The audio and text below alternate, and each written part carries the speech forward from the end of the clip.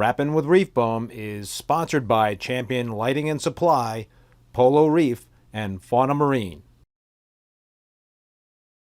On Instagram. Hey, what's happening, everybody, and welcome back to another episode of Rappin with ReefBum. I'm your host, Keith Berkelhamer. So on tonight's live stream, I have the pleasure of having on Rey Riveron from Pirates Reef Corals. What's happening there, Ray? Yeah, all good, all good. How you doing, Keith? Pretty good, man. Pretty good. Just hanging out there and down in Florida, huh? Yeah, where it never gets cold. Never gets cold. Yeah, we're getting winter's coming here up in Vermont, so it's already starting to get a little bit chilly. A little bit. I forget that winter exists until I ship boxes. That's the only time I know it's cold, because I'm like, man, it's 80 degrees here, but when I'm shipping to, it's 50. Yeah. We could talk about that during the show.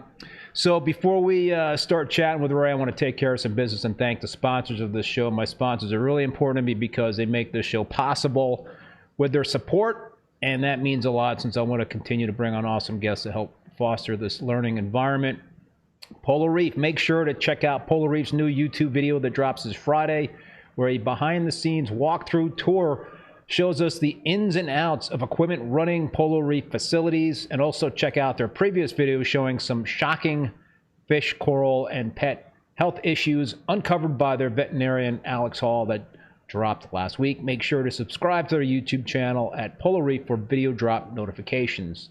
Champion Lighting and Supply, besides being a place for hobbyists to purchase saltwater aquarium supplies online, Champion Lighting is also a wholesale distributor for many popular brands. If you own an aquarium store or an aquarium service company, contact Champion Lighting through their website at championlighting.com to set up a wholesale account.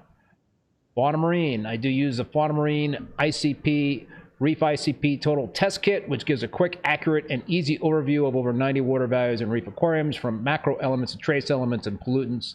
You get a complete overview with corresponding dosage and action recommendations. I am now a certified Fauna Marin ICP test advisor, so if you need help interpreting results, then select ReefBum as your advisor. You could also purchase the ICP test kits as well as other Fauna Marin products at reefbum.com. So Ray, man, when I was talking to you a few days ago before I had asked you to come on to the show, you mentioned you were getting prepped for a frag swap. How'd that go? It went pretty well. I mean, it's the usual, local shows. It's always, it's the same group of people. We, we always hang out.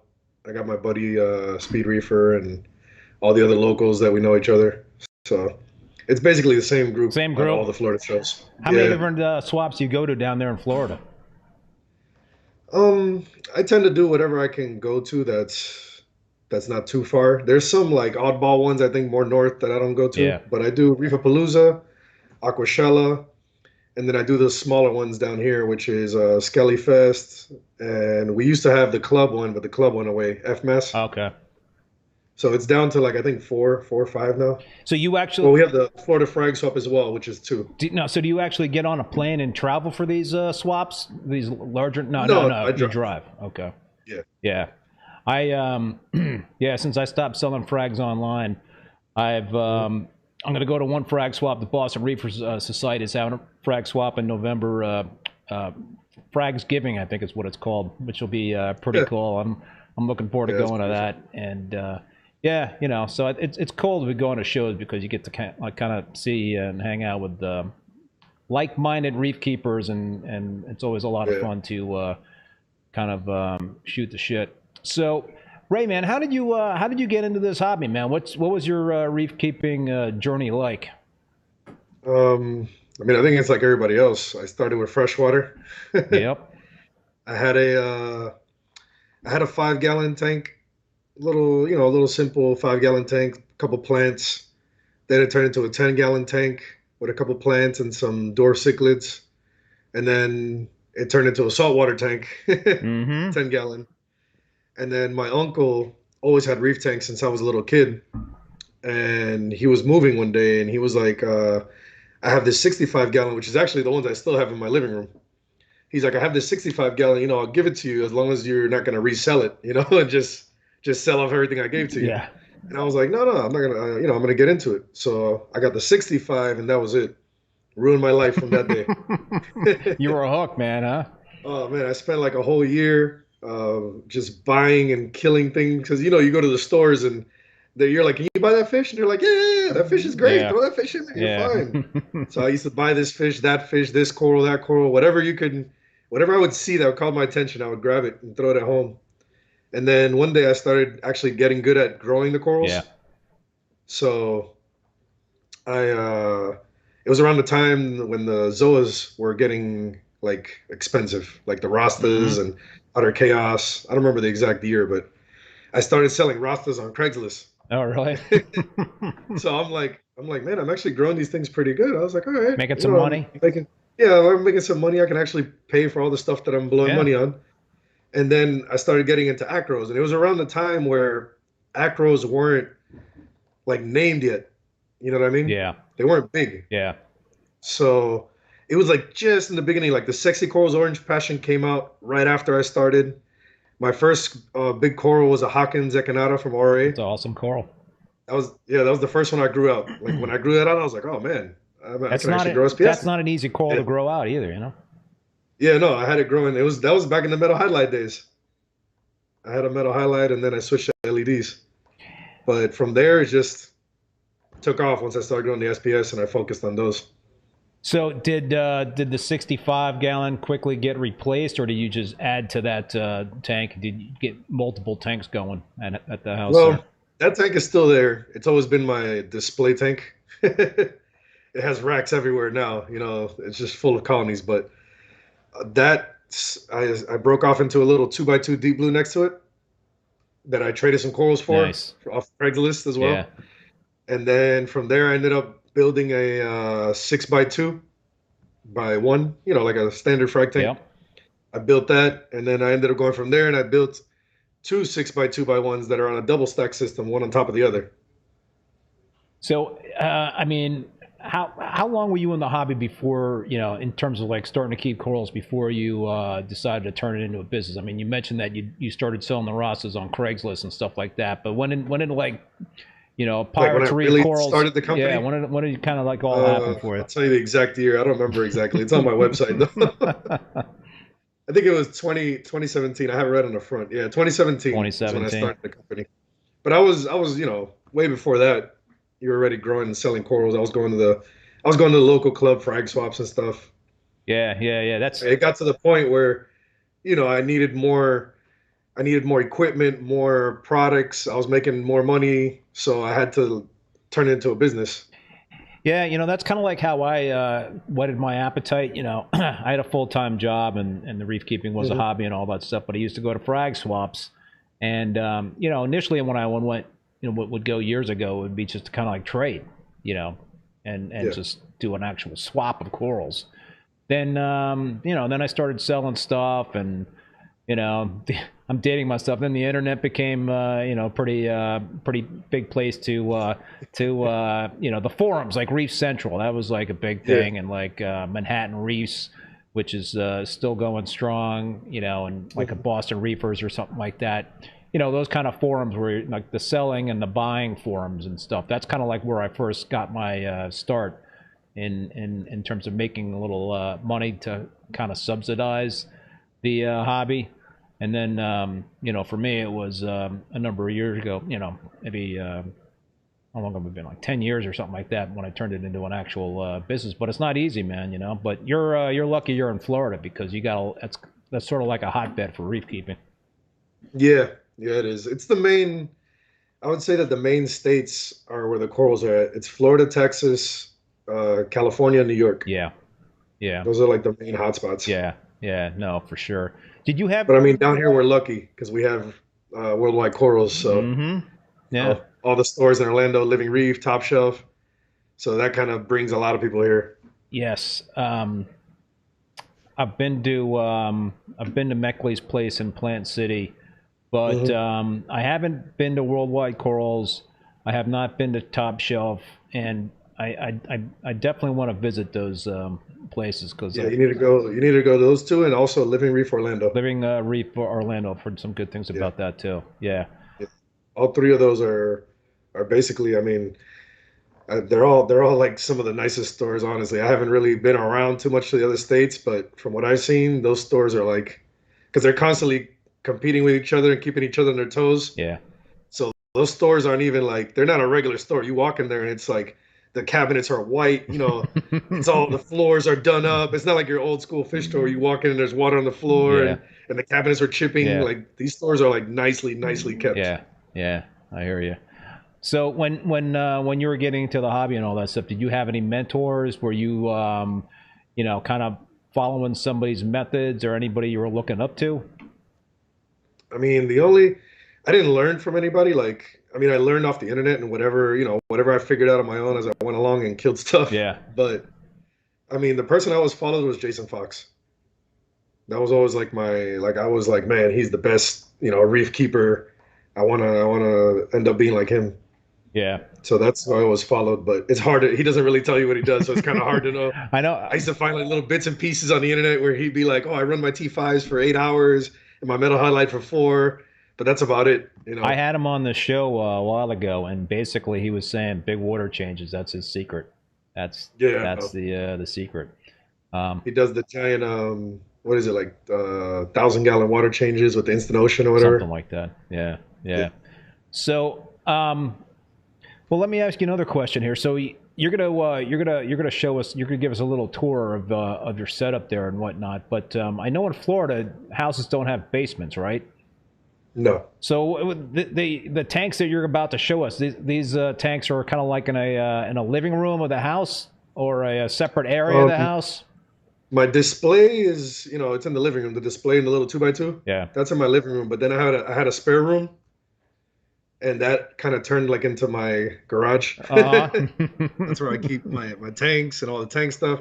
It's essentially all tank stuff. The entire room is organized. Even the closets are all organized to hold all the things, all the equipment that you need, and the boxes for shipping. Yeah. So it's basically a fish room is what we call it. Yeah. We call it the fish room. All right, man. Ray, why don't you give us a little tour of the tanks and your whole setup there and the equipment, and we can kind of like just see what you got going on and have a conversation about that stuff and all right. See. You want me to turn the tanks blue so when I put the filter on? What time is it right now? It is 7:15. Yeah, the tanks they're going to be coming down from the white. Yeah, whatever you think, man. I'll let you know in terms of whether you need a filter or not. Well, but you can see it too, though, right? Huh? Yeah, you'll be able to see it. Yeah, it's gonna be blue because Yeah. This is the fish room. Nice. So what is this is the first tank? Is that the 65? No. No. That's the. This is the fish room. Let me see if the filter helps a little bit. Still bluish. Yeah. I can turn them blue so it'll look better. Yeah. Yeah. This is the fish room that we were talking about just now. So essentially, this tank right here. This was acrylic originally when I had it built. It was a 6x2x1 acrylic tank, and then there you go. That's blue. Let me put the other filter on it. What happened was the acrylic started popping on me a few years ago. No, not years ago. Actually, I'd say probably less than a year, because I had this tank built by. Is that better? It's a little cloudy. There you go. There you go. Yeah, it's because the blue is reflecting on the okay. Yeah, lens. That's good when you kind of like show it up close. Yeah, when I bring it down. Yeah. So this tank, I'll angle it. There you go. Yeah, that's nice. Yeah, this tank is all SPS from end to end. Nice. This is basically just frag racks. That is freaking chock full, dude. Yeah. I got it even growing on the back. I got I made like a vertical wall. And I throw like random monties on there sometimes. And then I got a little top floor on the back for like small random frags that I work on. Yep. And then over here in the corner, I got just a couple ganies and stuff over here, but they're honestly not and I got the torch back there, the big holy grail. Yep. But I mean, this is my main. This has always been kind of my main tank that does the best for me. So are those all like working colonies? You basically are of those colonies. You frag those colonies. Yeah. Frag from all this, and then I usually put them over here in this little this little batch. Do you bring in stuff like you know, from, do you like import any stuff, or are you pretty much all like buying frags locally and what have you, and then growing them out, and then you're... I mean, I'll buy frags, but no, I stopped importing years ago because I tried it. Like, I used to buy colonies from Unique Corals and this and that, Yeah. but man, it just wasn't working for me. It was like, you know, you buy like 10 colonies, and the ones that survive would be the ugliest ones. The nice ones would all die on you. Yeah. Or you end up getting some new pest Yeah. you got to deal with, you know what I mean? Yeah. Or an algae. Yeah. So Yeah, I've been buying frags and growing them. That's all I ever do. I just buy whatever I like and regrow That's it. the best thing to do, man. You know, if you have that time to do it, but if you're good at what you're doing, then it's not going to take that much time to get them. No, they grow pretty well. I mean, I enjoy it. I actually enjoy growing them from frags and making them grow. And I'm like, all right, I got this one to go. How do you manage, like, detritus in that tank? I mean, I see you've got the racks are elevated, it looks like. Do you have flow underneath those racks? The racks are raised up. Let me see if I can get it. There you go. Yeah, I made legs for them. Yep. Well, I didn't make. I just found longer screws and spacers. Yep. But these are the Building Obsession racks. Yeah. So I raised them up about, I think it's 1.5 inches it was, or something like that. Yep. So it gets enough flow underneath. Then I have, let me see if you can see that. I've got the Luna Reef racks. I like them a lot too. They're acrylic racks. They're very nice. Yeah. They're very similar. You can raise those up with pipes, right? Yep, PVC pipe. Yep. So I have a gyre on each end, and then I have a reef octo right here. Yep. So that creates a lot of flow. And then I just have them, alternating. They're connected to a hydros. Uh-huh. And then I have them custom programmed with the hydros wave. Do you ever pull out those racks to kind of like siphon out any detritus that's collected at the bottom, or that flow pretty much gets it out? There's nothing underneath. Nice. There's nothing at all underneath these. Let me see. It just forms in that one corner over there, and over here I just have a snail graveyard. Yeah, who doesn't? but no, it usually forms right here in this one corner. Yeah, that's where all the dirt goes to. I can just siphon this corner or over here underneath the ganies right there. Yeah, nice and easy. For the most part, it stays clean. So you got a lot of flow in that tank. What about lighting? Lighting, I'm doing the I got Radions, G6 blues I switched to. Yep. With Reef Brites. Yep. I used to do the G4s with T5s. Uh-huh. But then I wanted to get rid of T5s because, all this thing that everybody's talking about, that T5s are going to get discontinued and blah, blah, blah. Mm-hmm. So I tried to get ahead of the curve, and I think I kind of kicked myself. But What kind of spectrum are you running with those Radions? I mean, I use everything. The blues don't really have much white. Uh-huh. So I use all the colors at 100%. Oh, so I just have them like a full spectrum type of thing? Different. Yeah, I have it, my own schedule that I do. I do, it's 12 hours blue, total, 12 hours total. And then in the middle, it has 5 hours of, it's not really 5, it's 4 because you have half-hour ramps. Yeah. So it's 4 hours of the white in the middle. And that's when the Reef Brites turn on with that 5 hours. Yep. So basically it's blue most of the day. Gotcha. But you're still getting pretty damn good growth. Oh yeah. But I mean, I'm hitting them with a lot of whites still because I'm using the whites to their full potential. Do you have like a par meter? Have you ever measured par in that tank? Yeah. What are you getting? With the blues, I get 300, and then when the whites and the Reef Brite turns on, it goes up to 450. That's good, man. That's a nice range. It's kind of like what I shoot for is like 300 at the, my display tanks. The bottom like 300, 350, and then 500 near the top or something like that. I find that seems to be a nice zone. Somehow I used to run way more. I don't know how. Uh-huh. Yeah. But I used to have like 700 par, 800 par, back when I had the old Radions and T5s and stuff. Yeah. And I cannot go that high now. I'm not sure if it's because I think that these new Radions, the UV maybe is stronger because they added more UV chips and stuff. Uh-huh. So I don't know if it's that, and it'll cook them. But if I even go to like 350 on blues, it starts to bleach them a little bit. So, but then again, I'm always experimenting. So, Yeah, you told me that before when we were before the show. So what are some of your favorite acros in that tank? Any particular ones that? I mean, in here, I really love the. This is one of my favorites, the firecracker. I don't know if you can Oh see it yeah, though. I could see it. Yeah, I I didn't have. love that. I tried a frag of that. I didn't have luck with it. It was kind of like a. I put that frag in when I first started my peninsula tank, and it just wasn't. The timing wasn't right. It's a very finicky piece. Is it? Like even that colony went all very bleachy looking, and then it came back, and I don't even know why. Oh yeah. Like, You reason. couldn't put your finger on in terms of what exactly pissed it off, huh? Nah, I mean, I really like the Bahama Mama right there to the right, and the yellow. Yep. That yellow millie is the JKR Inferno. That's the only true yellow millie I've ever seen. What's it called? JKR Inferno from Joe's Nose Reefs. Oh, interesting. It's truly yellow. Like you can see right there, that's a ASD next to it, the orange one. Yeah. Because a lot of people think it's the same thing as ASD, but it's not. It's not. It's like yellow, like this yellow, like a, like a Pink Floyd or any of these. Yeah, that's a. But I mean, I like the thing is what I like. People usually don't like. Everybody's into rainbow tenuouses right now, You're not into them. I like them. I mean, I have a whole section back there of them. The whole section back there is all tenuouses. But I mean, I like oddball things as well. Like I like that that yellow one right there is a Reef Raft Canada Fuzzy Navel. I don't even know what type of coral that is. Oh, it's a weird, like smooth yellow. Yeah. And like this one right here, the Psychoberry, the RMF Psychoberry. Yeah. Yep. Is it? No, it's there. The middle one. What are some of the tenuous that you have? You got any named tenuous in that tank, like Home Wreckers and Walt Disney, or? Yeah. They're all in there. That's a Home Wrecker right there, the green one. The Walt Disney's that yellow one you can see way in the back. Yeah, Home Wrecker. It's bizarre because I've got Home Wrecker as well, and it predominantly seems to be green. Green tenuous.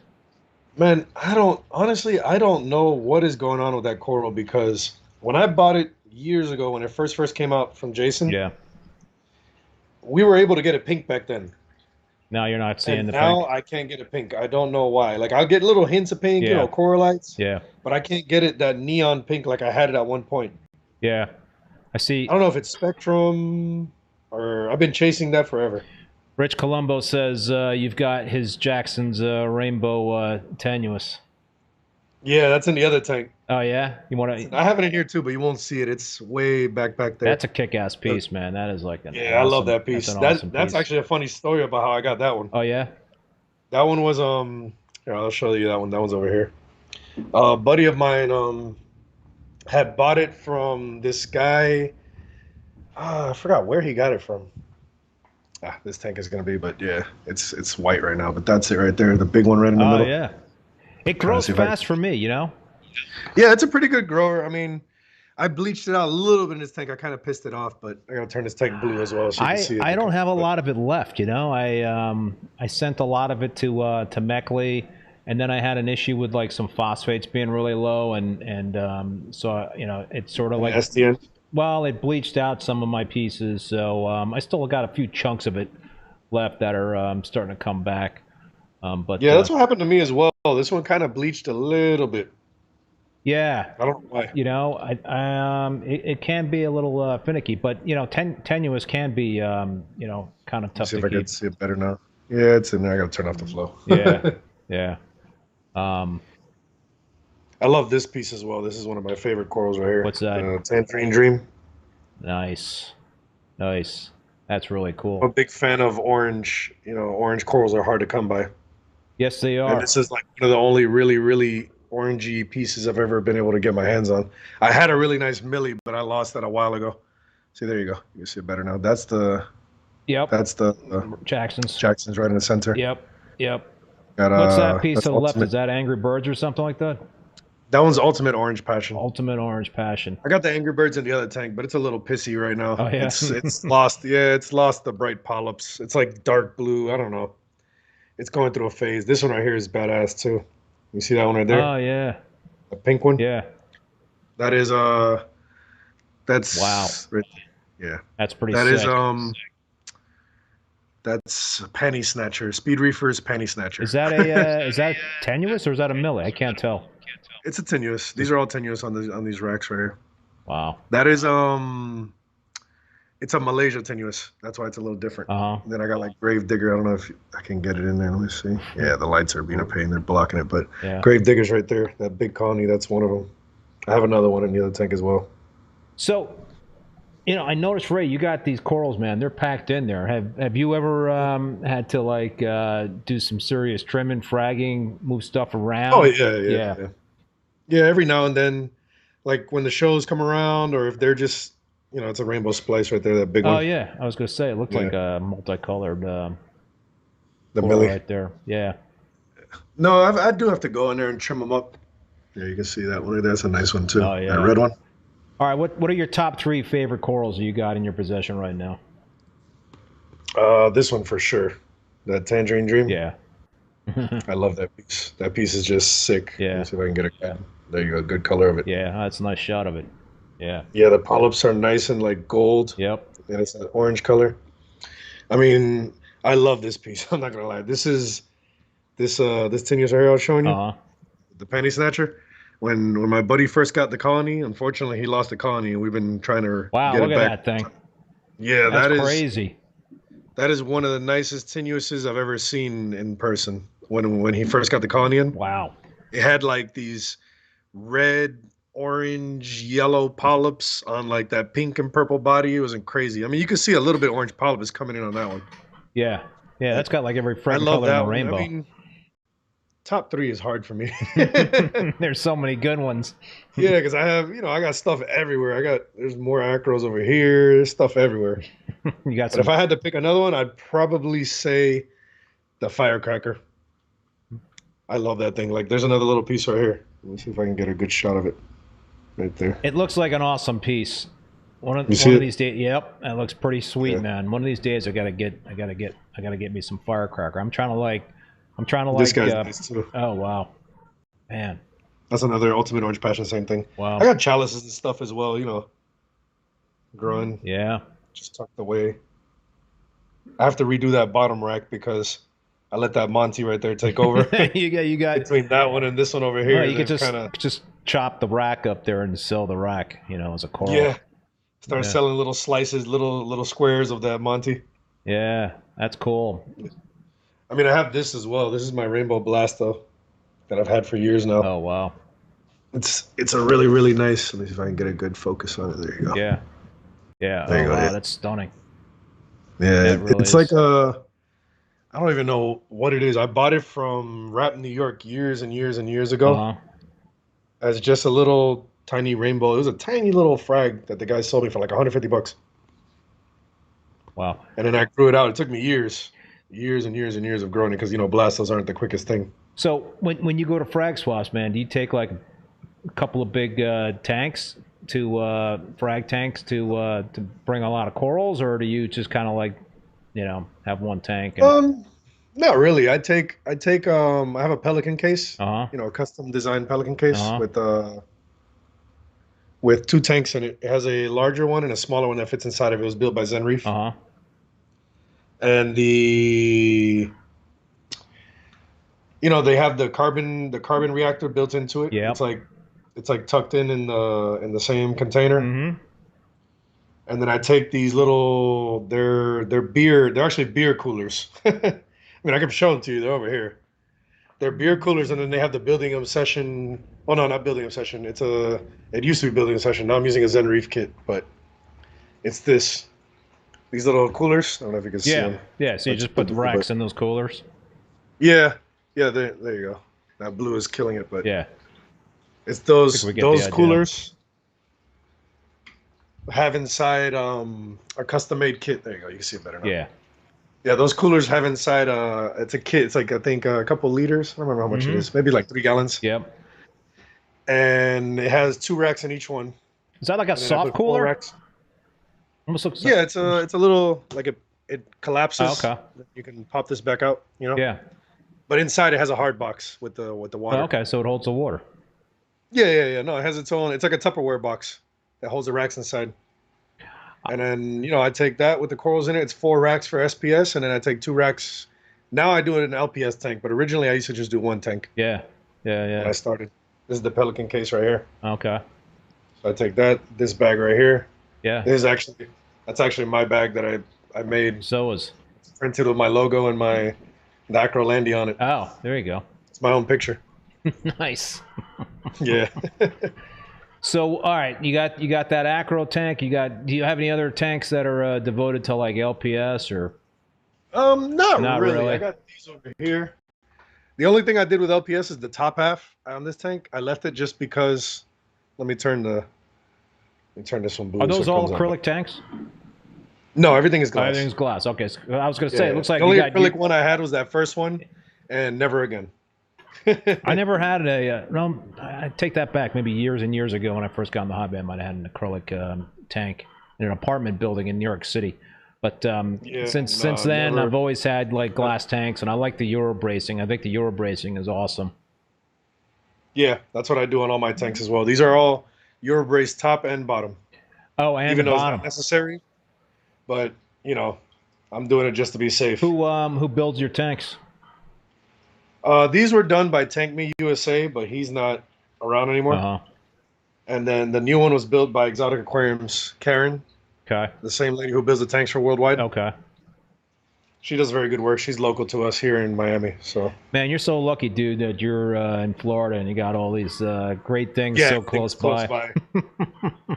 Yeah, that is jealous. That is a big plus. I'm jealous. We can go and find stuff whatever you need most of the time from a store. So what corals do you not have in your collection that you would love to have? Are there any pieces at this point? I mean, there's a lot that I've killed over the years that doesn't even exist anymore. You know what I mean? Like things that you can't even find. But see, look at this guy. This guy's doing beautiful in here. Oh yeah. That's another TGC Gravedigger colony. Yep. It's real fluffy. Yep. And this is a Jackson's right next to it as well. Oh yeah, looks familiar. Yeah. Do you sell online on the website? Yeah. Do you do a decent amount of shipping? Oh yeah. Yeah. This is the. See, here goes the Ghanies up top. Nice. And then you got. This is a new one actually I just picked up. Look at that beauty right there. Which one? The one in the front? The bright one. Nice. Yeah. I just picked that up at the swap from Living Reef Orlando. It's beautiful, Ghani. Oh yeah. So when you go to swap, so you're always like on the lookout to acquire as well as for selling. Yeah. I'm always looking around. You know, it's hard because I'm very picky, so I don't usually find things that I want. Rich Colombo is asking whether or not you're growing a Tyree Purple Monster. No, believe it or not, that's one of the pieces I've never owned. Really? Yeah. It never called my attention, and then when it did come across that I could get it, people treat it like it's a rainbow splice. Yeah, no. They're like, this is the rarest original Tyree Purple Monster. I want $1,000 for it. Yeah. Or I want, I'm like, it's a bland purple coral, it is all about the rarity of it and all that stuff. I have it. Yeah. And, I had a colony of it that I grew out from a frag, and I lost that colony. But I still have one good chunk of it and two big frags of it and then another micro frag. I lost a few pieces of There's of those. actually one that I do want to grow. I don't know if you've seen it. From Route 66, he has one that looks like a purple monster. Oh, yeah? But it is... Oh, I think I know what you're talking about. It has like bright green polyps. Yeah, that's not the OG Tyree Purple Monster. No. It's got the white. like white polyps. Sometimes you'll see they'll kind of look greenish, but it's got to have white polyps. That's kind of like the dead giveaway. Oh, okay. And there is. Yeah, that's one of the pieces I've never owned. Huh. Believe it or not. Interesting. It's another one that I would like to get my hands on, but I was never able to. Which I'm sure the Candlelight Concierto, I think it was. I don't know that piece. What is it? That? It was from in that time. It was called, I forgot, something Candlelight Concierto, and it was like the tips were like little lights. It was kind of like a fox flame. Oh, okay. But it was purple, and then the tips were like a green. Yeah. It was a really nice piece, but it's one of those that's just lost to it's lost to the time. Are you trading, swapping with any of the Worldwide or Top Shelf or Meckley, any of the other big up? I mean, I have in the past at shows. Like I'll Worldwide will come and buy something, or Top Shelf, or whoever wants something from my tank, or we'll trade. But the thing is, at this point, I'm like, I don't really want anything, so I try not to trade too often because I usually get the shit end of the stick when I do trades. So I try not to. Yeah. Well, most of the time I rather just buy it. Yeah. I'll trade if it's like somebody I know, like one of the high-end acro guys. Yeah. But there's so little things that I really want that it's hard to come by. So let's dig in a little bit in terms of like how you we talked a little bit about flow and lighting. I saw that somebody had a question back early in the stream about trace elements, and I think it was Frag Farm. Yeah, I'd like to hear how Ray manages trace elements. Talk to us about trace elements there, Ray. All right. Well, traces, I do the flatworm stop, which is a mixture of trace elements in it. And then I also do the... And you're doing flatworm stop not because you've got flatworms, but because you believe that it helps the... Yeah, man, it has something in it that... Which we don't know what's in it because they don't... This tank out here yeah. had flatworms originally because, when you first start, you don't know what the hell you're doing. Yeah, you're going to get them. So you always end up with flatworms. Yeah. So this tank originally used to have flatworms years and years ago. Yep. And then... I started it because of that, but then I started seeing the corals doing amazing. So I was like, man, something is in here. Obviously back then we didn't have ICP tests, so I had no idea what was in it. I would just believe the magic juice. But I started with that, and then I used to do fuel originally. The Aquavitro fuel. Yeah. The Aquavitro fuel is also a mixture of trace elements, which back then we didn't know anything about either. Yep.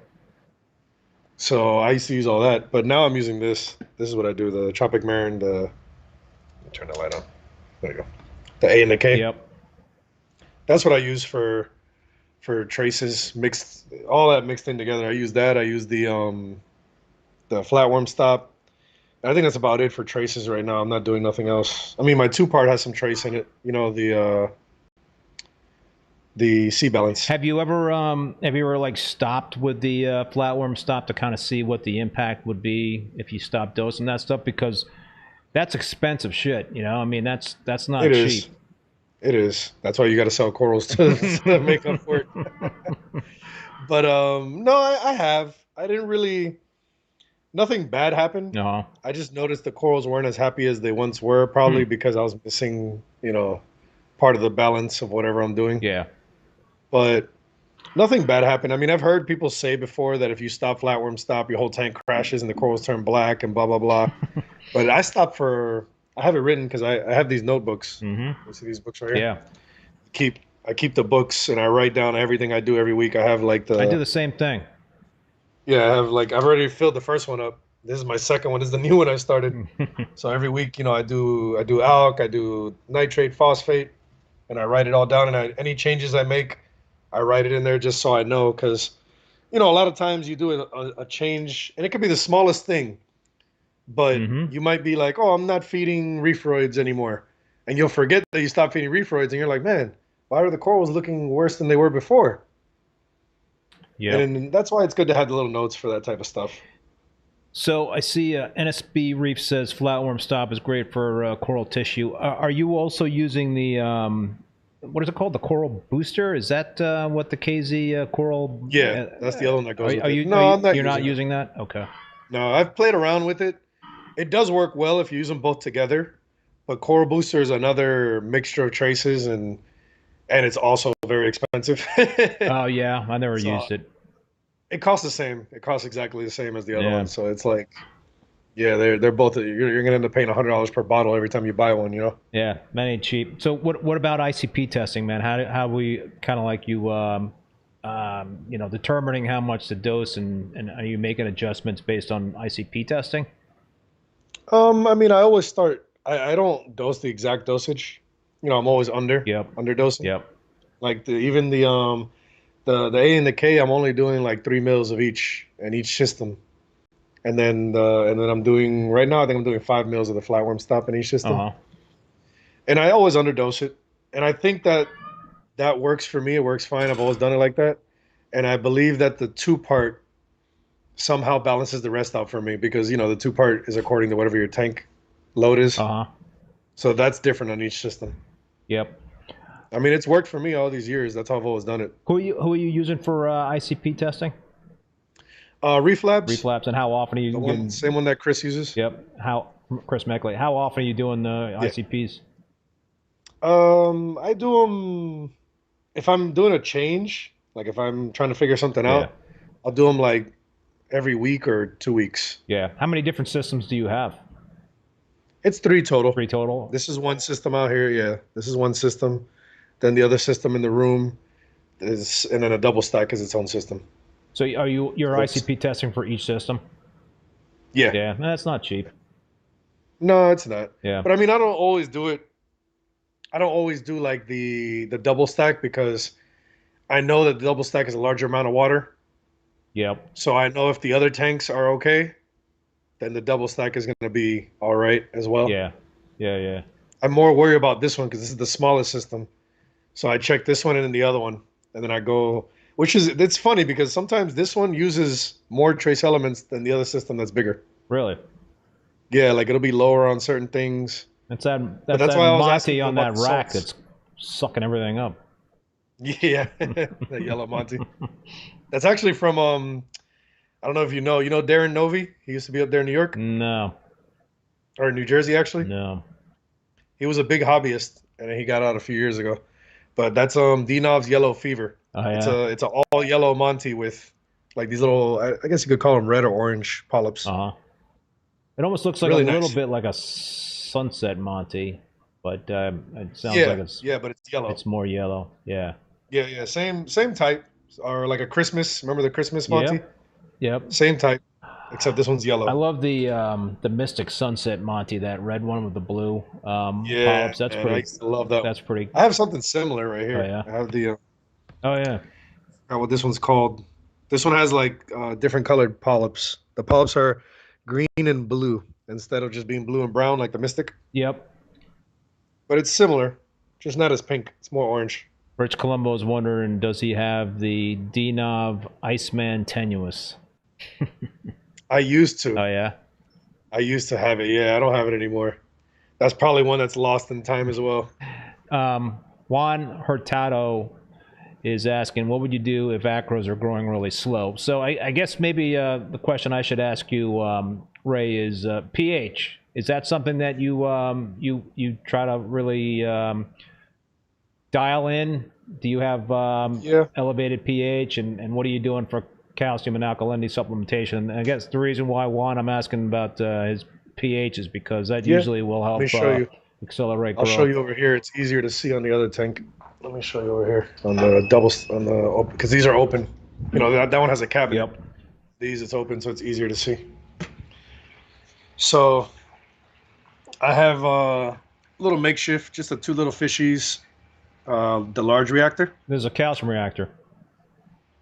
This is their Kalk reactor. Kalk reactor, okay. Yeah, Kalk reactor. This is what I'm using with, I have the media in it for the CO2. Oh, okay. You know, the soda lamp. Okay. I got you. So I did the soda lamp in there, and then I have a smaller one here just as a water filter. Yep. Because, you know, if it ever overflows from the top of the skimmer, I don't want that. I had it happen once, and then I didn't want that. If this gets wet and goes into your tank, it can nuke your tank. Yeah, it's not good. So you got to be careful with that. So that's why I have this as like an in-between. Yeah. Any water or moisture will get stuck in there, and it'll just get a little humidity through into this one. Gotcha. But that's what I use for the CO2, and what I do is I only run the skimmers at night. Oh, really? I don't really need them. Yeah, I don't really need them during the day. I mean, my tanks they pretty much maintain themselves, I guess, with the coral load. And I also have Shado. There's Shado right in here. I mean, you can't see it right now. There's the lights off. So I'm not sure if maybe I missed it. What's your average pH, low and high? Each tank is a little different. I don't think they're really different. It might just be that the probes they're always a little off. Yeah. I can never get all 3 tanks to be exactly the same, even though they're in the same house. But I try to keep them. I just let it go on its own. I don't have like a set number for each tank, but I look at where it goes up to. So let's say this tank right here goes to, I think, 8.5 max. and then it drops to 820 at night or something like that. That's pretty good. So what I do is I set the skimmer to turn on anytime it's under 820, and then it turns on at night automatically. So from 11:30 to 11:30, the skimmer's on, and if the pH is still under that threshold, it'll stay on until it goes over that threshold that I put.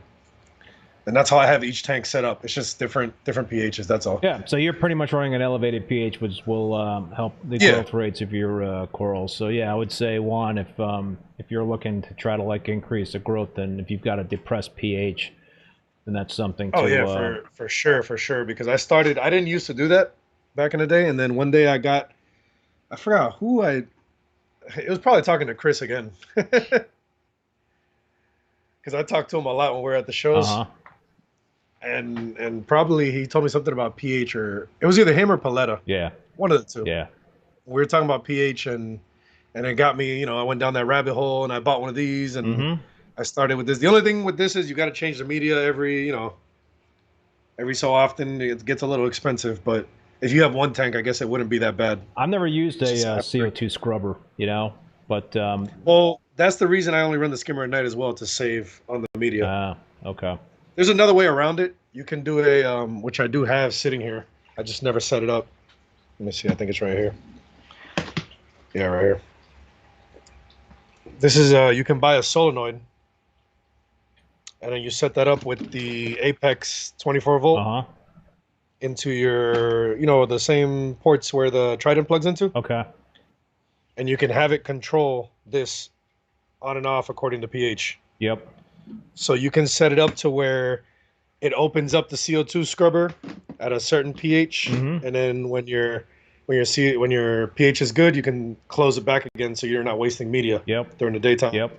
And your pH doesn't shoot up too high. Yep. But I figured that was another thing to break. So yeah, solenoid valves do kind of scare me a little bit, just because like you said, it is an additional point of failure, and the more complicated the system is, the more stuff that can go wrong, and I don't know. That's exactly how I think about it. I think that over the years, recently I've tried to like simplify things a little bit more, just to make it. That's why I use the two-part. I didn't get to show you, but yeah, I use the two little fishes two-part. Oh, you do? So you're using. Gotcha. Yeah. Got you. So you're doing Julian's. You're doing Kalkwasser, and you're doing the two-part. No calc. No calc. Oh, I thought you had a calc stirrer there. No. This is the calc reactor, but I'm using it for the CO2 scrubber. Oh, for the CO2 scrubber. Yeah. Oh, okay. I thought about using calc, but like you said, it's another point of failure. And then I got the GHL doser, tucked in there. Yep. And that's the only thing that can fail. It's either going to be you ran out of two-part, or the GHL head is stuck because a little plastic broke in it. That's it. Yeah, you gotta the only two things that can happen. You gotta do the maintenance on those things. Like I do, like every 3 months I clean out my GHL dosing head. So have you had the little plastic chip off on the blue part? On the caps? Yeah. Yeah, that happens. You just gotta buy those repair kits, those maintenance kits. Yeah. That's the only issue I've had with them. I mean, other than that, I'm not gonna lie, they've been pretty solid. Pretty solid. What was I going to ask you? The man, I just spaced out on my next question for you. We were talking about dosing, and it'll pop back into my head. So I don't know. Yeah, okay, I remember. Getting a little senile there. How much are you dosing with a two-part? I mean, how many gallons overall do you have? Yeah, I was gonna say, man, you're probably doing a lot of two-part dosing. I mean, right now I'm at, I think this system is drinking like 265 mils a day. It's a lot, yeah. So it's about 2 gallons a month. Yeah. 2 gallons and some change, but I mean, it's worked so well for all these years. I've always used it. It's not that expensive. It's like, I mean, I get them wholesale, so they're like $30. Have you thought about a calcium reactor and Kalkwasser? I have. I thought about doing the calc, because I know people that do it and they've had really good success. I love it. The calcium reactor I'm scared of. Are you? I feel like there's too many moving parts. I use the Reef Octopus calcium reactors, and I love them. And I think I've never had any issues with them. I mean, I will I mean, Greg Carroll has a Reef Octopus calcium reactor, and in fact, I bought the same one that he had because he was just talking it up so much, and I've been using it for a long time. And he always says that there's no maintenance on those things, but I always do maintenance like every 6 months on my all my equipment, or all my calcium reactors and stuff like that. So anyway, I think that I've never had any issues at all in terms of any clogging or what have you, because is that an Oregon blue tort right there? Yeah. Nice. I love that coral. It's the only old school I think I have left. Oh, really? That's like... I have that, and I have the Cali tort as well in the other tank. Yeah. So I mean, listen, it's something that I used to dose like 300 some odd mLs of the ESV 2-part for one of my systems, and I was like, damn, man, it's just getting so damn expensive. So I switched to the calcium reactor kalkwasser method, and I'm able to maintain my pH in the 8.2 to 8.5 range with that setup. Well, that was the reason I was looking at the Kalk. Yeah. It was for the pH and the phosphate, supposedly, that it lowers your phosphate. Yeah. It binds it. But like I said, I've been scared of it. I mean, and I don't even have like the space like to set up the calcium reactor. I'd have to like shift things around. Oh yeah. Because I have everything set up for the setup that's here. You know what I mean? Yeah. Like I built the sumps, the size of the thing. I designed everything. You know, I designed all these tanks myself. Oh, you did? So everything. Yeah. So everything is like, custom built to how I planned it out. Yeah. So to change it out now, it's like, oh man, then I gotta rechange this and that. Yeah. Yeah. So. But I'm happy with the 2-part. What I was going to ask you, what are you doing in terms of nutrient export? Are you using any macro, like an algae scrubber, or are you just basically leaning on the corals to do your nutrient exporting? I have Shado, just because I've always had it. Yeah, you mentioned that. Sorry. I've always had that. It's just, I don't know. It's another thing that I've always done, and I just leave it there. Yeah. But I mean, the corals do use a lot. They consume a lot. Like if I don't feed all, as heavy as I feed, everything will go to zero on its own. Let's talk about what you're feeding in terms of coral and fish food, man. What are you adding to the tanks? I mean, fish food, I like. I use simple stuff. Hikari, spirulina brine, and spirulina mysis, and then I also use the rods. Okay. The rods original food. Yep. That's it for the fish. Yep. And then I have the auto feeders with Hikari spirulina pellets. That's it. That's for fish food. But then for corals, I mean, I feed it almost everything. Oh yeah. I'm doing the Coral Frenzy powder. Okay. Which I've always used. That's a staple of as long as I could remember. Yep. And then I'm using the Fauna Marin Coral Sprint powder, the Captivate Invigorate powder. Okay. Then I was using the Fauna Marin Min S, the Coral Essentials from Australia. I'm using their CVE, their Grow, and their Amino. Man, you're putting a lot of stuff in those tanks. Yeah. That's why I guess I always have the PE that I have. Yeah. They're always feeding. Yeah. I'm doing the ProBioS. I've been doing ever since Alan came out with with his concoction. Oh, so you're dosing bacteria? Yeah, I always did bacteria like after water changes. I would do like the Fauna Marin bactotherapy and bactobalance. I would do that after water changes, but then when Alan came out with that, it just made me look closer at it. The concoction is what you're talking about. Yeah. So it made me look a little deeper into it. I tried ProBioS years and years ago, but I mean, I started using it again now just because we do have more bacterial problems now than we ever did back then. I think it's because of all the stuff that we're importing. Yeah. Have you ever had any issues, RTN, STN episodes type of stuff? And, and how have you dealt with it? I haven't had like the RTN, STN like how Sanjay was having. Yeah. But I had one time all my mushrooms died. All my balanced mushrooms died. That happened in my other system when I brought in one new mushroom. So I gave up on bounces for now. I haven't bought back any. And then I've had like have you seen the one where your SPS turned black?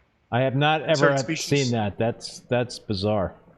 Yeah, it's only certain species. It'll be like the pink lemonade, the shortcake, that species. And, I guess and that's a what is it? bacterial thing.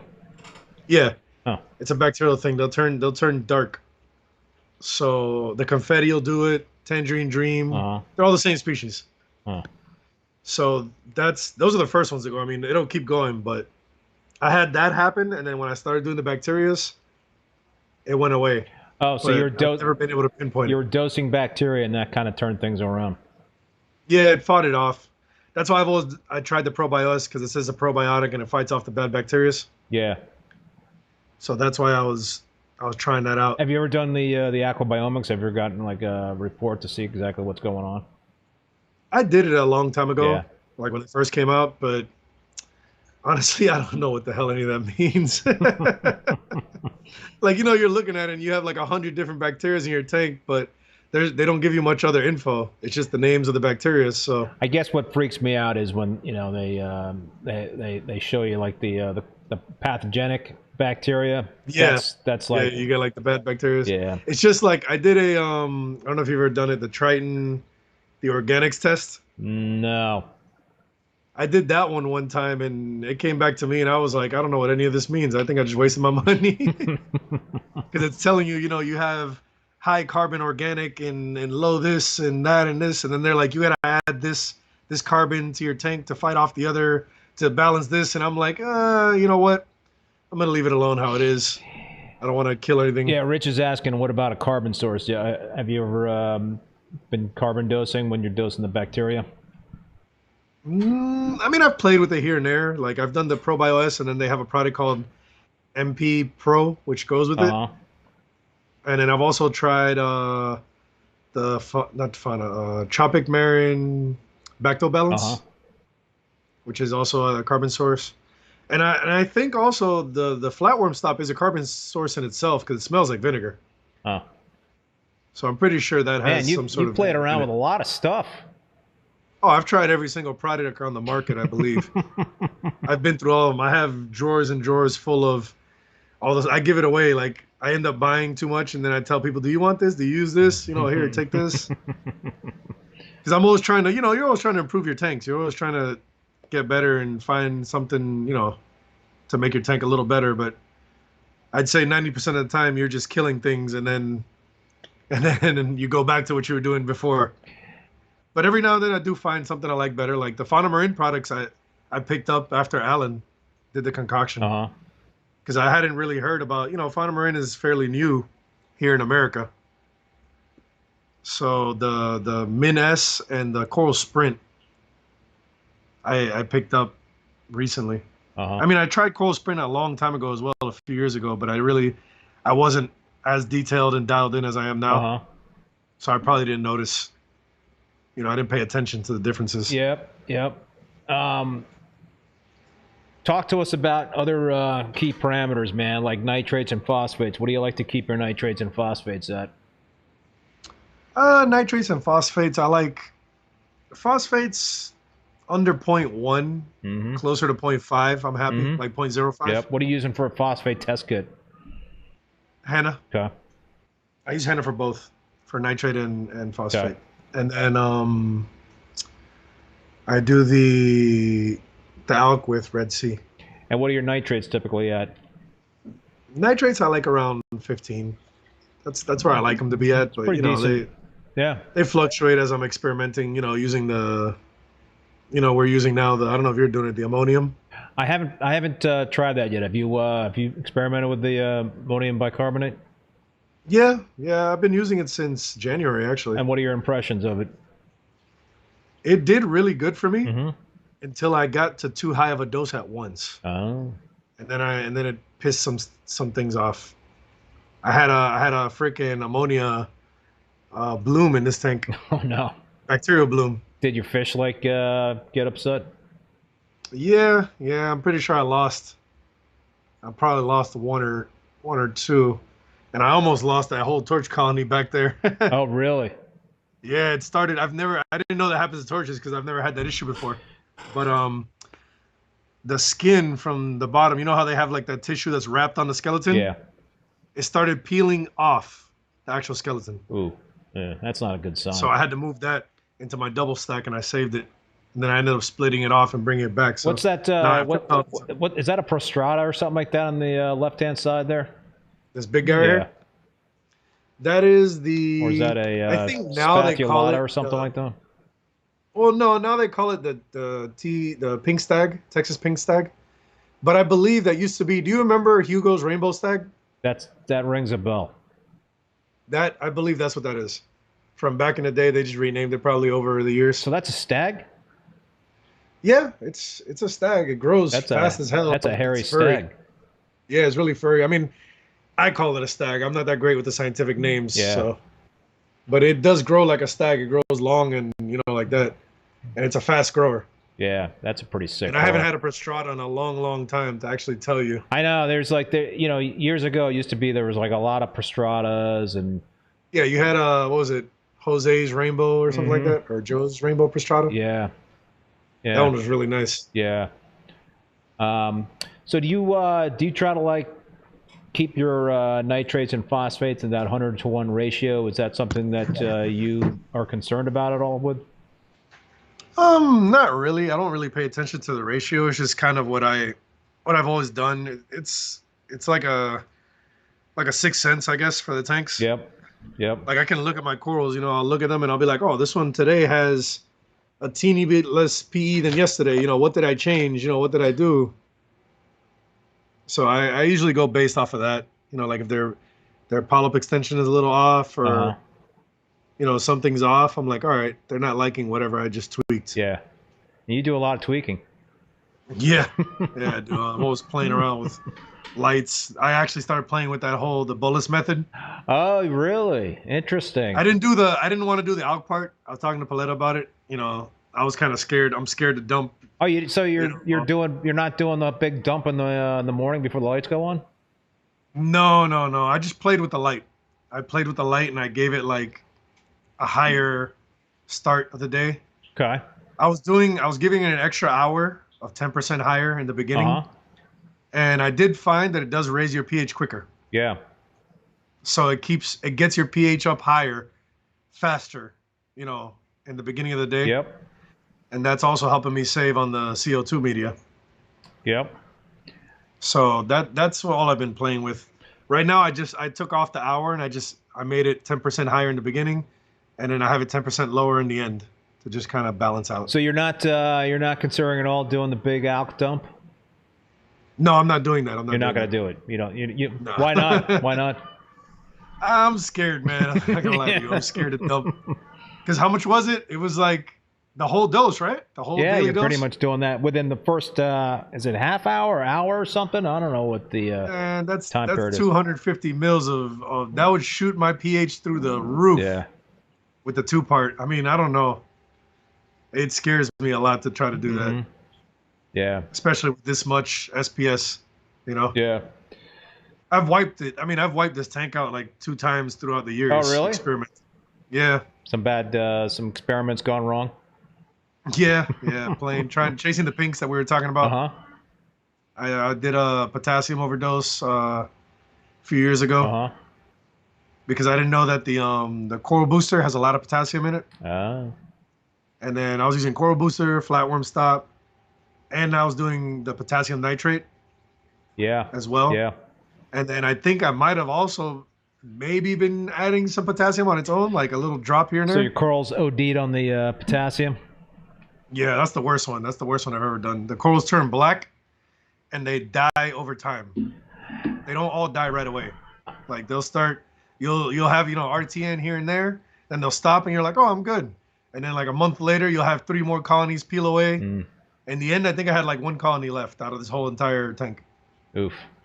Yeah. Yeah. Well, at least you've got 3 different systems, so it's not like a whole, catastrophe.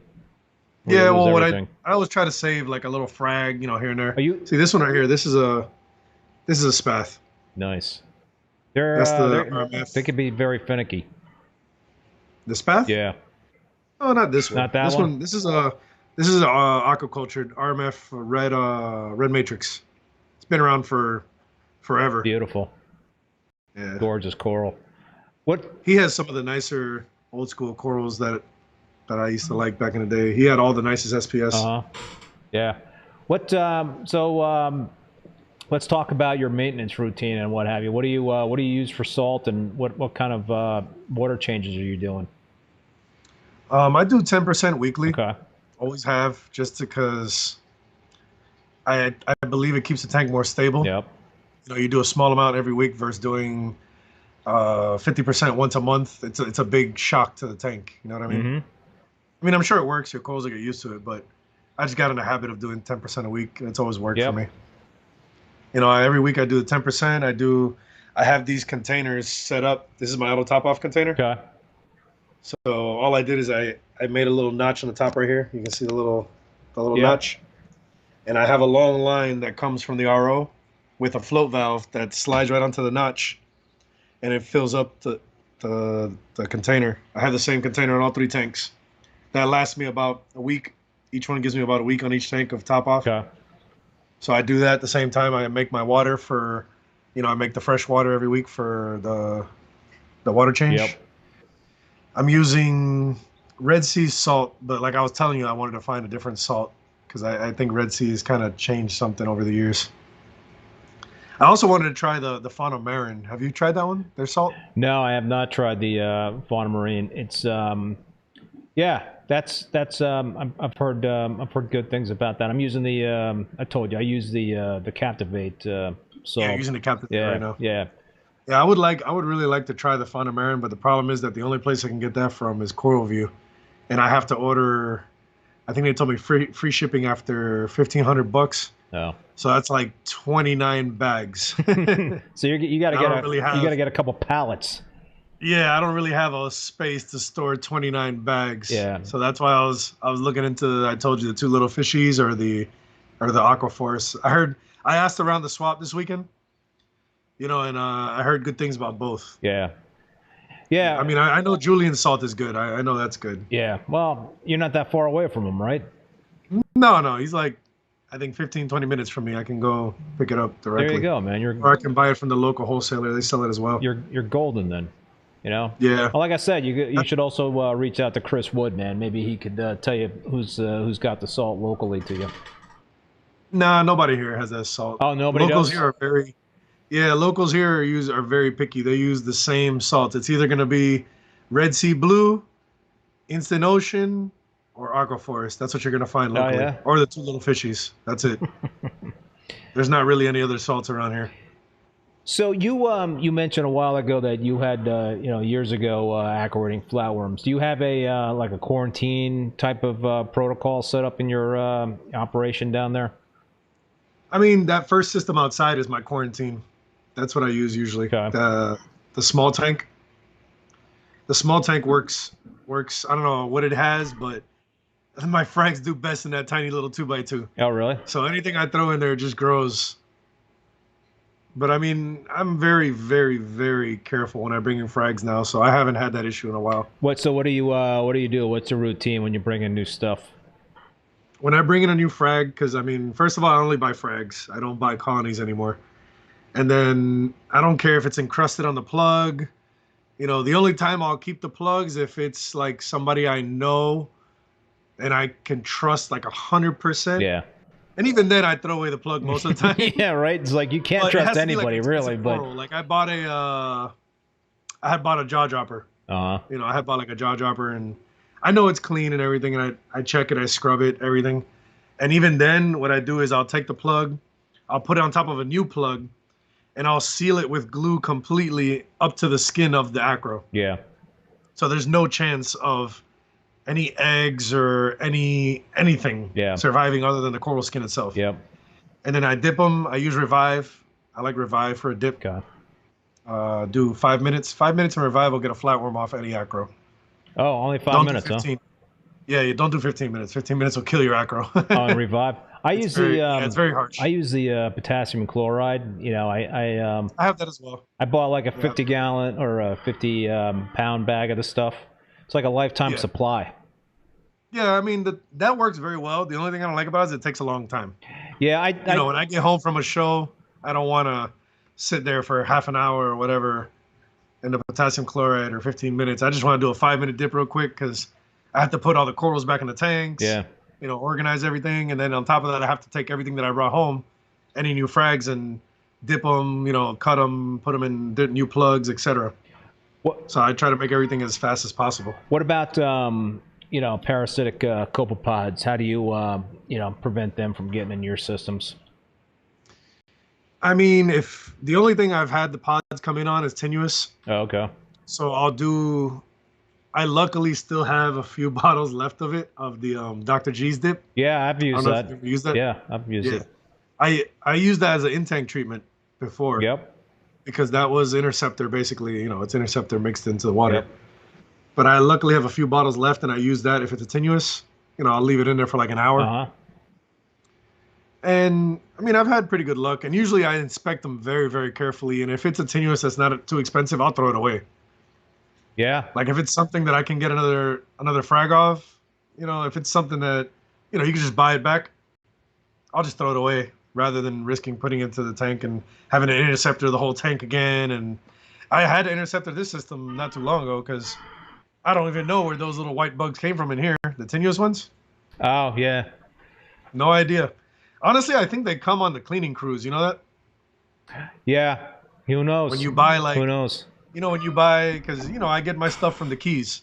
Oh. So you buy, you know, you get 100 Astrea snails, 100 blue legs. Yeah. They don't know what crap I washed Astrea snails, but who knows what still makes it on there. You know? So Reefkeeper is saying, I have that same 50-pound bag, Keith, thanks to your video. I just hate grinding it up, laugh out loud. Well, here's a tip for you, Reefkeeper. What I do... You grind it? Well, it comes in like those big like nuggets in the bag, like maybe an inch size, like these nuggets of potassium chloride. So what I do? Oh no, you got to use a KCl. Yeah, that's what we're talking about, the KCl. But you know, it comes in the dried form in these. Oh, mine doesn't come like that. Mine comes like a nice, you know, clean powder. Oh, really? It looks like salt. Yeah, it looks like salt.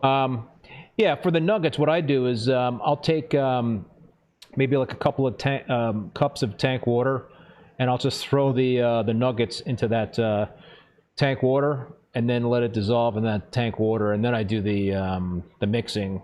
You know, maybe I'll wait a few hours, and then I'll just do whatever I need to, you know, in terms of adding that dissolved KCl into whatever gallons I'm using in terms of tank water for the dip. But just let it dissolve in tank water. Just a little tank water will, a couple hours, it'll be all dissolved. You don't have to do any of the grinding up. But I wonder why yours comes like that. I don't know. Is it like moisture getting in there or something? I don't know. Well, you know what? It's the bag that the bags of potassium chloride that you use for like water softeners. So it only costs like $50. I don't know. Oh no, I buy mine on Amazon. I get the KCl branded potassium. It's like a little silver bag. It's one of those you know, the Ziploc silver. Yeah. How much does that cost? And how much? It's not much. It's like I believe they were like $15. I don't remember. I haven't bought it in a while. Yeah. Yeah. But what I used to do with it is I'll put it into. I have these things over here when I had the flatworms. Like if you ever need to dip anything large, you get these tubs from Home Depot. Yeah. These little mixing tubs. Yeah. And then you put a power head in there. Yeah. I put a small little power head in there and just get it circulating. I would throw the KCl into there. Yeah. And once it was all dissolved, I'll just start throwing corals in there and dipping. Yeah. I've also. But, I mean, I haven't had to do that in a long time, so. You could also like dip racks, you know, frag racks and that stuff. So that. Yeah, that's what I used to do. Yeah. I used to put the whole rack in there, acros, everything. Yep. To kill the flatworms, but. Yep. Yeah. What any other parasites that freak you out? I mean, Monty-eating nudies. I mean, I haven't seen Monty-eating nudies in a long, long time. Knock on wood, I haven't seen red bugs either. The only thing I see on frags is, like we said, the white bugs on tenuous. Yeah. Or flatworms. But I mean, even flatworms are pretty rare nowadays, unless you get it from somebody that didn't know. You know, they don't know what they were doing at first. Yeah. Because, you know, everybody's pretty well informed. It's not like back in the day where we didn't have the internet. Now everybody knows about dipping protocols and changing plugs and everything. Yeah. I always tell everybody, even on my website, when you buy something, you get an email from me saying how to dip. You know, I recommend always to change plugs because, I mean, I don't have pests, but I do have algae. And you might not have the algae I have, and then you're going to have a new algae in your tank because that's how I got mine in the first place. Buying corals and not, you know, you don't really think about that. You know, you just worry about pests, but nobody thinks about getting a new algae in your tank. You get a bryopsis or, man, bryopsis was a pain for me for a while. I finally got rid of it. How did you get rid of it? You'll laugh, but I spent thousands buying lettuce nudies. Really? Yeah, lettuce nudies devour bryopsis, No kidding. but the problem is they disappear. Oh. They disappear over time. I don't know why. I don't know why they die off, but they fade away. I think maybe they get sucked into the power heads. They start getting chopped up over time. But if they munch all the bryopsis, it's worth it though, right? Oh, yeah. I mean, I tried flucosanol. Flucosanol worked here and there, but it always seemed to kind of make its way back. It comes back, you know? Yeah. It does. Yeah. I think that... No, I bought lettuce nudies. I was buying them from... There was a wholesaler in the Keys that would get them from Key West, and they were expensive as hell. They were like $3 each. So I was buying 100 at a time. Ooh. And I would buy like, you know, 300-400, throw them, I would spread them out in the tanks, and they munched on everything eventually till I just don't see it anymore. I think also it might have died off with the ammonia and the bacteria and stuff. Yeah. It might have helped as well. Yeah. Because I found that when I was doing the ammonia, the algae seem to disappear a little bit more because I guess they don't have direct nitrate to pick up right away. So they struggle. Like I even noticed the Shado was struggling a little bit here and there. Interesting. Because I think, you know, you're doing the ammonia, you got to wait for it to break down on your cycle. So you're not throwing straight nitrate into the tank, and the algae can't just pick it up right away and take off. Yeah. What about like cyano? You ever get cyano in the systems, and how do you deal with it? Man, honestly, I haven't had cyano in years now. Yeah. Probably in a year or 2 or 3. I haven't seen cyano, but when I used to get it, I just do chemi-clean. Yeah. I'll just do a quick chemi-clean treatment. Chemi-clean is good. It's also good for bacteria. Like if you have I had a weird bacteria in my other tank over there, like a band disease. You ever seen that on the acros? From the bottom up? You know, I think so. I'm not positive. It starts receding real slowly. Yeah. It's not like an STN or anything. Yep. It's just where it starts like drying up from the bottom up, and it leaves little lines. It almost looks like a tree when you cut it open and you have the little rings. Yep. It leaves these little lines. I had it on actually, the one that worried me was my rainbow splice colony started doing that one time. Ooh. And I was like, oh crap, why is it doing this? So I did chemi-clean. I think I asked, I forgot who I asked. It was either Paletta. It was Paletta probably. But I asked him, and he told me try chemi-clean, and I did that, and it stopped, and it grew right back. Nice. And I think that also comes in on when you buy Astrias and you know, different things, because remember we have the disease in the ocean right now in Florida that's killing the acros. Wow. So that's why I'm terrified when people say they use natural seawater. I'm like, man, I don't know. That's playing with fire there. That is there's a lot of risk associated with that. But you mentioned rainbow splice. Do you have any other splice acros? I've had a few over the years, but I don't really like them because unless they're like a natural. Well, I have this one actually up here. Which one's that? That one all the way in the back. That is the TCK. I can't remember the name of it right now. A kaleidoscope. Oh, okay. It's pretty cool. It's similar to this piece right here. To this piece. Yeah. But it has like green grafts going through it. It's pretty cool. It's a pretty neat piece, yeah. But the thing is, I don't like the grafted pieces because the green tends to take over. Is that what's going on with your rainbow splice? Not so much the rainbow splice, because the rainbow splice will get, like, out of a green part, you'll get some pink shooting out of it eventually here and there. But I think the green is more dominant either way. Have you always found that green frags of the rainbow splice do not sprout up any of the pink? I don't cut green frags. I've had people ask me for them, and I've sold it to them. Yeah. But I don't tend to sell. Like, if I cut a frag for a show or something, I won't bring green frags. You'll bring both colors. Yeah, I try to get like a nice marbled frag always. Yeah. Yeah. I sold a piece to somebody at one of the shows. Actually, he was talking to me at this show. It's a local guy, and he bought a piece for me that was mostly green. It was a large piece, but it had a little red, like in between the branches and like a tip. Yeah. And it's starting to sprout now, more red. What? But I would always recommend going for a more red piece with a hint of green than getting a green piece with a hint of red. What's a dual color piece going for today these days? What's a retail price on one of those? I mean, I sold a Frag last week or 2 weeks ago, still for $1,000. Yeah. I mean, you can find them cheaper. Yeah. Everybody's selling them cheaper. You can still find them for like 600, Yeah. maybe 500. But Yeah. I try to maintain the prices, even with everybody else. I don't like to undercut. I don't believe in that whole, that approach of race to the bottom. Yeah. Yeah. Yeah. Yeah. I try to match all the other vendors and keep it kind I of, hear you. I hear you. So, if you had to like provide some advice to somebody and give them the top 3 keys for coloring up corals, what would you say would be the top 3 things that people should be? And let's say, obviously SPS, since you're a SPS junkie. Yeah. I mean, it's pretty simple, man. Lights don't really matter. I'm not gonna lie to you. Most lights nowadays will grow corals, no problem. I used to use before I got Radions, I had the Mars Aqua. Did you ever see those? The Mars Aqua China boxes, the black boxes. No. It was just the brand of the black boxes that they were similar to like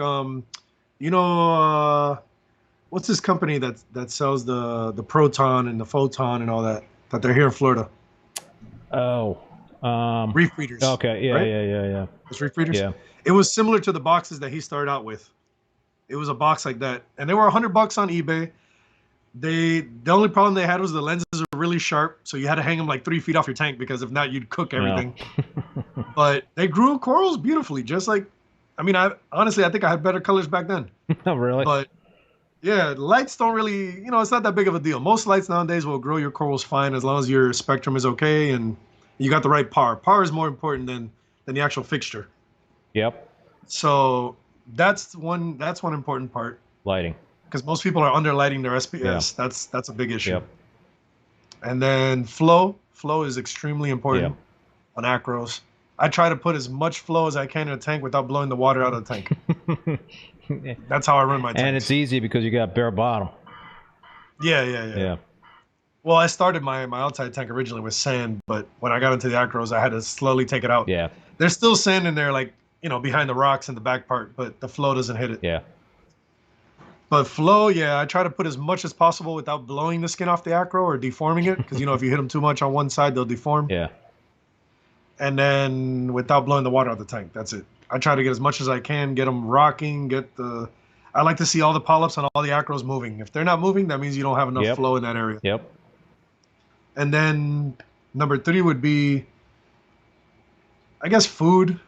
The alk is pretty simple. That's a basic thing that you should always have in any reef tank. Yeah. Your alk should be stable. Your alk shouldn't be fluctuating, nothing crazy up and down. I go from like 8 to like maybe 8.7 or 8.5 every day, up and down. Yep. That's about it. Yep. It shouldn't be going, 8 to 9, 9 to 10, nothing like that. I mean, I think 1 it's still acceptable. Yep. If you have a crazy swing, but food I think is more important than that, feeding, because a lot of people don't feed enough either. I mean, nowadays I think a lot of people have picked up on feeding now.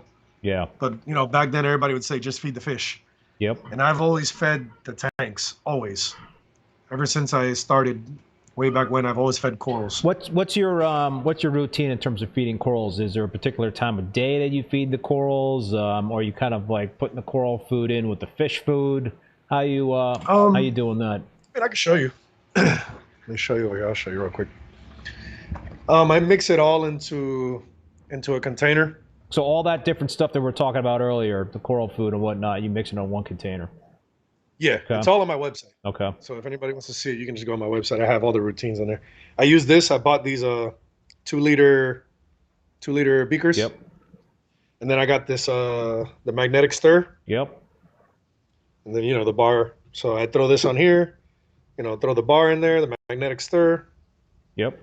And then I mix all the foods into. I have a set for each system. You know, the food. This is for the fish food, Okay. and then this is for the coral foods. Okay. So I mix them all up on there, and then there's one for each tank. There's those 2 cups for each tank. I have one for each system. So I do the fish food and the coral food separate. I have a program on the Apex that does it'll do feed mode for 5 minutes. So it'll allow the fish to grab the food real quick. Yep.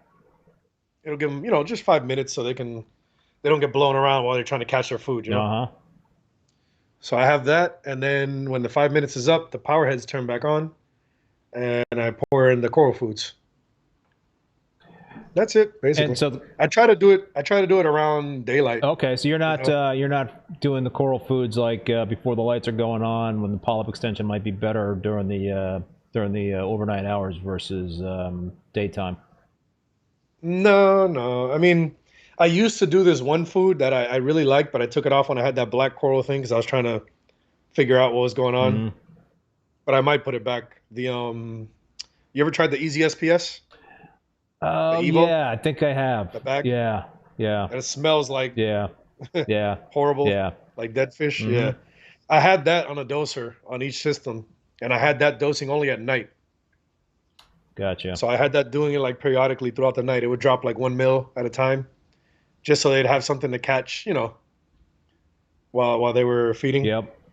But I stopped it and I just never put it back on. It was kind of annoying to deal with too because it got clogged one time and it popped off the hose from the GHL doser Uh-huh. and started spilling into the cabinet. Fun. And I was like, man, what is that horrible smell? It took me like a day to figure it out. So that's the other reason I didn't. Yeah.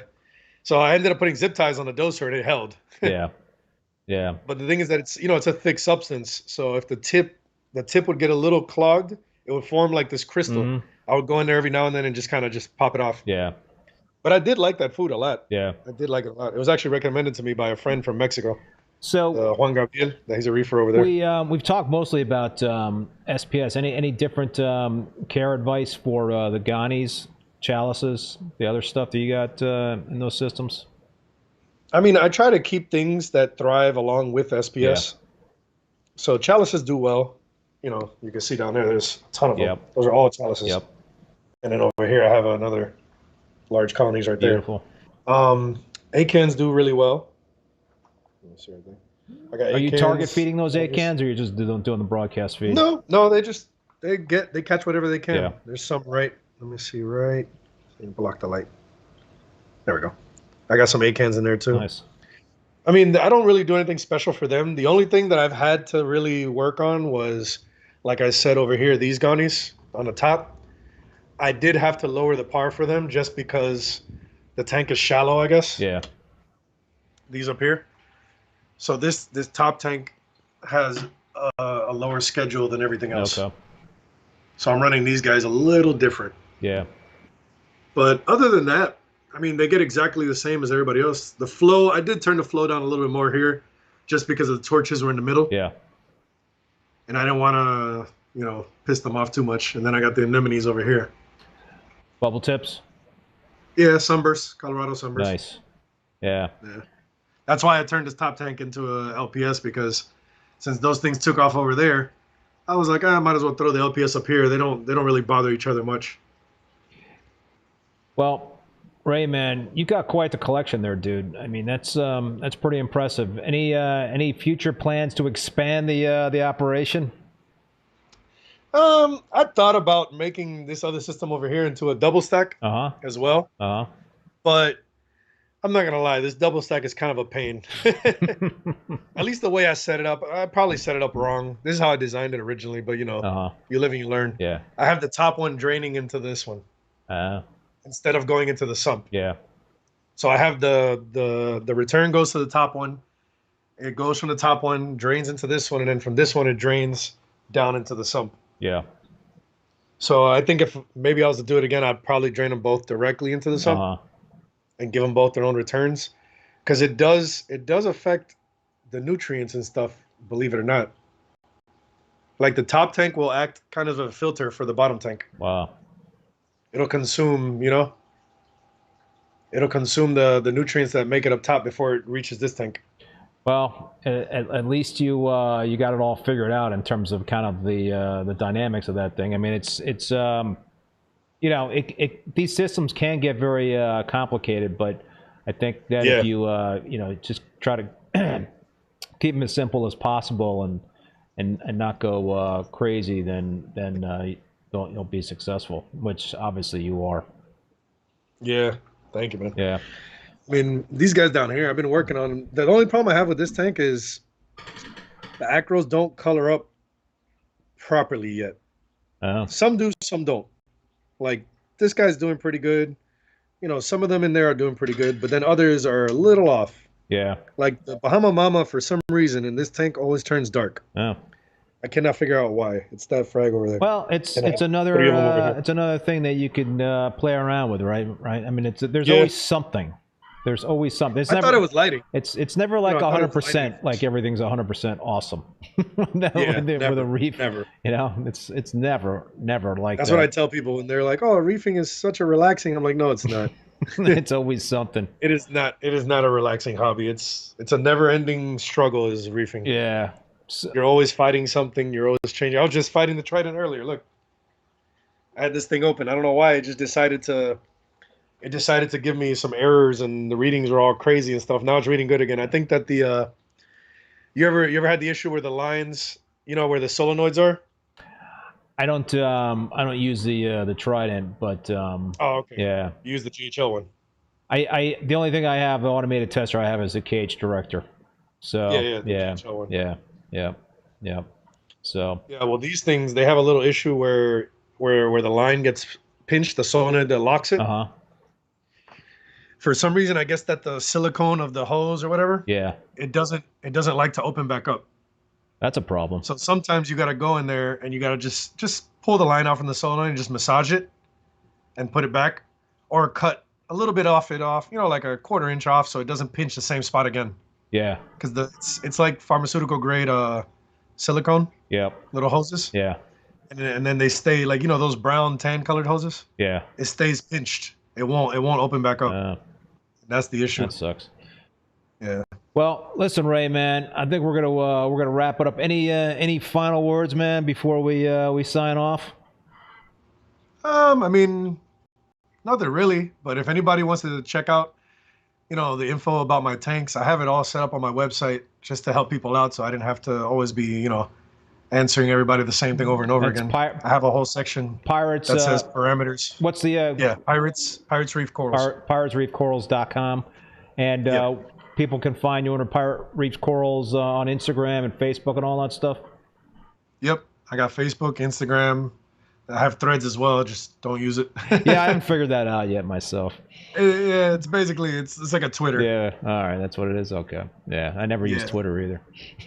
Yeah, it's like another version of Twitter. That's all it is. Well, listen, man. They can go on there and check it out. I mean, I'll put this video on there as well because I have a page dedicated to all my videos. Cool. So I'll link this video into there as well. Nice. And in the section that says parameters, lighting, and feeding, that shows everything I feed. I'm always updating it, so if I change any, if I stop feeding a certain product or whatever, I change it on there. Oh, okay. So it's always up to date. People know what I'm using. Nice. And I have a little basic schedule there, so they can, the Radeon schedule. Yep. So they can see what I'm using. They can try it out and adjust it. Cool. It says the par. I have my par readings and everything on there. Wow. Awesome. Well, listen, man, I want to thank you so much, Ray, for being on the live stream. Very educational. You got a beautiful collection of corals, and we appreciate all the info and all the things that you passed along in terms of what you've learned along the way. Yep. That's the only way that we can figure out the new stuff. Yeah, for sure. It's working together. All right, well, listen, I want to thank Ray, and I also want to thank the sponsors one more time. Polo Reef. Make sure to check out Polo Reef's new YouTube video that drops this Friday, where a behind-the-scenes walkthrough tour shows us the ins and outs of equipment running Polo Reef facilities. And also check out their previous videos showing some shocking fish, coral, and pet health issues uncovered by their veterinarian Alex Hall that dropped last week. Make sure to subscribe to their YouTube channel at Polo Reef for video drop notifications. Champion Lighting and Supply, besides being a place for hobbyists to purchase saltwater aquarium supplies online, Champion Lighting is also a wholesale distributor for many popular brands. If you own an aquarium store or an aquarium service company, contact Champion Lighting through their website at championlighting.com to set up a wholesale account. Fauna Marin, I do use the Fauna Marin Reef ICP Total Test Kit, which gives a quick, accurate, and easy overview of over 90 water values in reef aquariums, from macro elements, trace elements, and pollutants. You get a complete overview with corresponding dosage and action recommendations. I am now a certified Fauna Marin ICP test advisor, so you can select me when you're checking out your ICP kits. And you could also purchase, besides the ICP test kits, other Fauna Marin products at reefbum.com. A big thank you to Paul, who's also the moderator as well as the president of the Boston Reefer Society. Please join and support your local reefing clubs. They are so important to this hobby. Also want to let you know that all episodes of Rappin With ReefBum are available as podcasts on Spotify, Apple Podcasts, Google Podcasts, Stitcher, and Amazon. My next Rappin With ReefBum live stream will be on next Tuesday, October 1st, 7 p.m. Eastern Standard Time. My guest will be Joe Muscat from 2C Corals. You can check out the full upcoming schedule of guests on reefbum.com under the YouTube section. Until next time, be safe and be well. Later.